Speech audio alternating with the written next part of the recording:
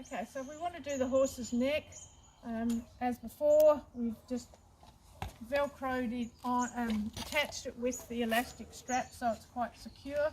I've threaded the controller through the straps. I've got my battery in my little handbag here, and of course you need to supervise it. You turn it on, and again, if we want to treat inflammation, we go to all round to infrared, increase the power to 4, and then put the timer on, and you can then got your horse secure and the pad secure. And of course you need to supervise your horse, because if it all comes apart then it can be very expensive. So if you want to use 2 pads, obviously we'll put one on each side, and I can provide some extra velcro strips to secure the pads. So that's how we treat the neck with the big equine pad.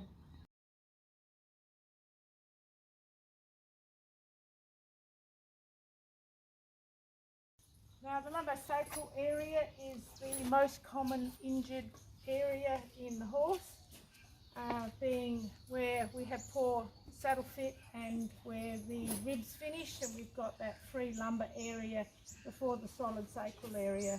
And according to a lot of the research, that is the most common damaged area that causes horses pain. So I've just laid the pad directly on the lumbosacral area. Again, strapped it on. You do need to make sure that your horse is happy with that. You know, it's not a bucking pad. Hooked it up again. I've still got my little shoulder pad, bag for safety.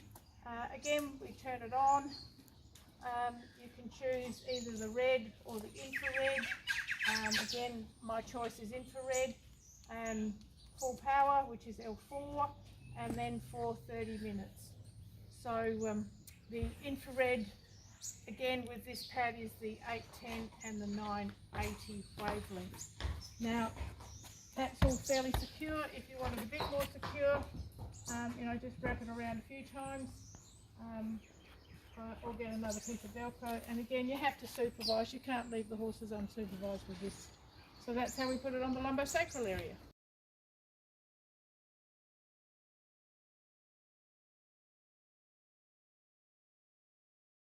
I've got the 2 pads on, so if you do choose to buy 2 pads, these are just Velcro strips. I'll include a few more of those. Usually stop biting me.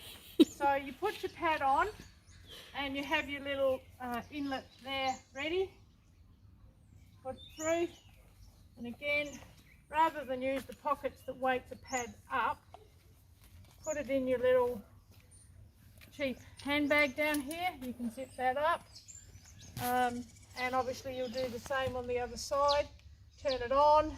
Now you can use all, which is the 3 wavelengths, the red or red only. So we go around there, red only, which is 660, or infrared, and the 2 infrared wavelengths in this pad is 810 and 980, and the infrared is best for inflammation.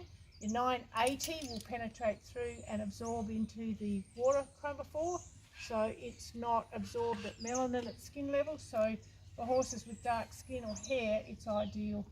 Then we go to increase the power, and then of course you go to your timer, and of course you do need to secure things so that your horse doesn't wander away.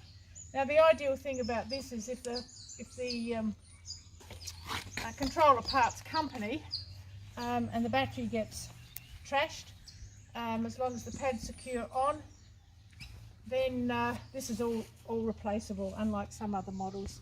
So that's how we can do the horse's girth and side and saddle area. And if you don't have 2 pads, you certainly just put 1 pad on at a time.